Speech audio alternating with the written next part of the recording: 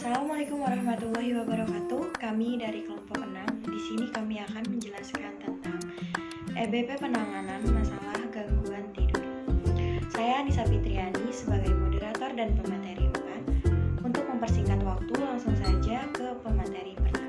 Mengenai definisi hipnoterapi, hipnoterapi adalah salah satu cabang ilmu psikologi yang mempelajari manfaat sugesti untuk mengatasi masalah pikiran, perasaan, dan perilaku. Hipnoterapi bisa dikatakan sebagai salah satu teknik terapi pikiran menggunakan hipnosis. Hipnosis dapat diartikan sebagai ilmu untuk memberi sugesti atau perintah kepada pikiran bawah sadar. Selanjutnya yaitu tahapan hipnoterapi. Ada 6 tahapan hipnoterapi. Yang pertama yaitu pre-induction interview, yang kedua induction, yang ketiga deepening, yang keempat depth level test, yang kelima termination, yang keenam post hypnosis behavior. Teknik hipnoterapi ada idiomotor respon, hypnotic regression, systematic desensitization, impulsive desensitization, desensitization by object projection, the informed child technique. Gestalt terapi selanjutnya rewarding history atau reframing. Open screen imagery, positive programmed imagery, verbalizing, direct suggestion, indirect guided imagery, Ericksonian metaphors, inner guide part terapi, dan yang terakhir ada dream therapy. Selanjutnya, apa sih insomnia? Insomnia berasal dari kata in yang artinya tidak dan somnus yang artinya tidur.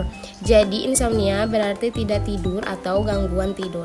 Selanjutnya dijelaskan bahwa insomnia ada 3 macam, yaitu pertama intial insomnia artinya gangguan tidur saat memasuki tidur.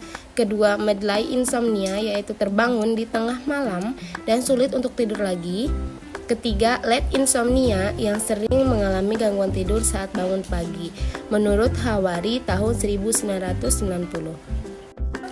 Lalu selanjutnya ada tipe-tipe penderita insomnia. Tipe yang pertama yaitu penderita yang tidak bisa tidur atau sulit tidur selama 1-3 jam pertama, namun karena kelelahan akhirnya tertidur juga.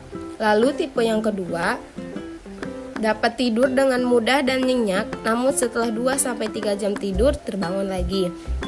Ada lagi tipe ketiga yaitu penderita dapat tidur dengan mudah dan nyenyak, namun pada pagi buta dia terbangun dan tidak dapat tidur lagi. Lalu ada penyebab insomnia. Menurut Morin SP tahun 2002 menyebutkan penyebab insomnia yang utama adalah adanya permasalahan emosional, kognitif, dan fisiologis. Ketiganya berperan terhadap terjadinya disfungsi kognitif, kebiasaan yang tidak sehat, dan akibat-akibat insomnia. Cara mengatasi insomnia yaitu dengan relaksasi. Relaksasi adalah salah satu teknik di dalam terapi perilaku yang pertama kali dikenalkan oleh Jacobson, seorang psikologi dari Chicago yang mengembangkan metode fisiologis melawan ketegangan dan kecemasan. Teknik ini disebutnya relaksasi progresif, yaitu teknik untuk mengurangi ketegangan.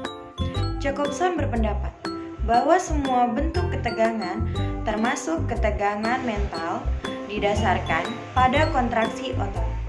Utami 1993. Jurnal hipnoterapi yang berhubungan dengan gangguan tidur. Pengaruh hipnoterapi terhadap perubahan skor insomnia pada lanjut usia di Panti Geraha Werda Mary Joseph Kota Pontianak tahun 2015. Jurnal pertama, hipnoterapi berpengaruh terhadap perubahan skor insomnia, ditunjukkan adanya perbedaan skor insomnia sebelum dan setelah diberikan intervensi.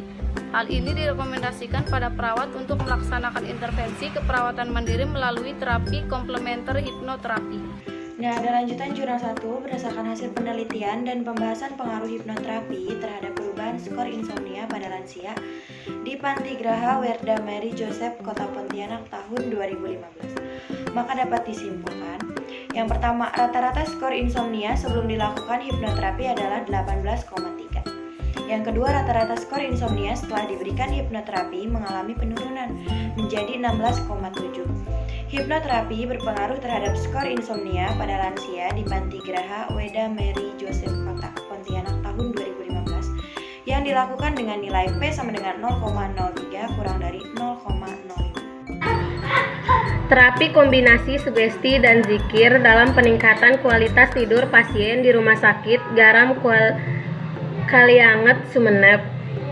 Jurnal 2. Yang pertama, kualitas tidur responden sebelum diberikan terapi kombinasi sugesti dan zikir sebagian besar buruk sebanyak 75%. Yang kedua, kualitas tidur responden pada kelompok kontrol sesudah diberikan terapi kombinasi sugesti dan zikir sebagian besar baik buruk sebanyak 75% dan pada kelompok perlakuan sebagian besar baik sebanyak 75%. Yang ketiga, ada pengaruh pemberian terapi kombinasi sugesti dan zikir dalam peningkatan kualitas tidur pasien Rumah Sakit Garam Kalianten Sumeneb. Selanjutnya yaitu jurnal 3 dengan judul Perbedaan Efektivitas Metode Terapi Akupresur dan Hipnoterapi Terhadap Kualitas Tidur pada Lanjut Usia di Panti Werda Kabupaten Banyumas, di mana sebagian besar responden berusia rentang 75-90 tahun dan mayoritas responden berjenis kelamin perempuan. Terdapat penurunan rata-rata skor kualitas tidur pada kelompok hipnoterapi dan nilai P sama dengan 0,02. Terdapat penurunan rata-rata skor kualitas tidur pada kelompok akupresur dan nilai P sama dengan 0,00. Akupresur lebih efektif menurunkan skor kualitas tidur dibandingkan hipnoterapi dengan nilai P 0,000. Langsung aja ke kesimpulannya, yaitu hipnoterapi berpengaruh terhadap perubahan skor insomnia. Ditunjukkan adanya perbedaan skor insomnia sebelum dan setelah diberikan intervensi. Hal ini direkomendasikan pada perawat untuk melaksanakan intervensi keperawatan mandiri melalui terapi komplementer hipnoterapi. Nah, teman-teman, sekian dari kelompok kami. Mudah-mudahan video ini bermanfaat dan mudah dipahami. Kurang dan lebihnya kami mohon maaf.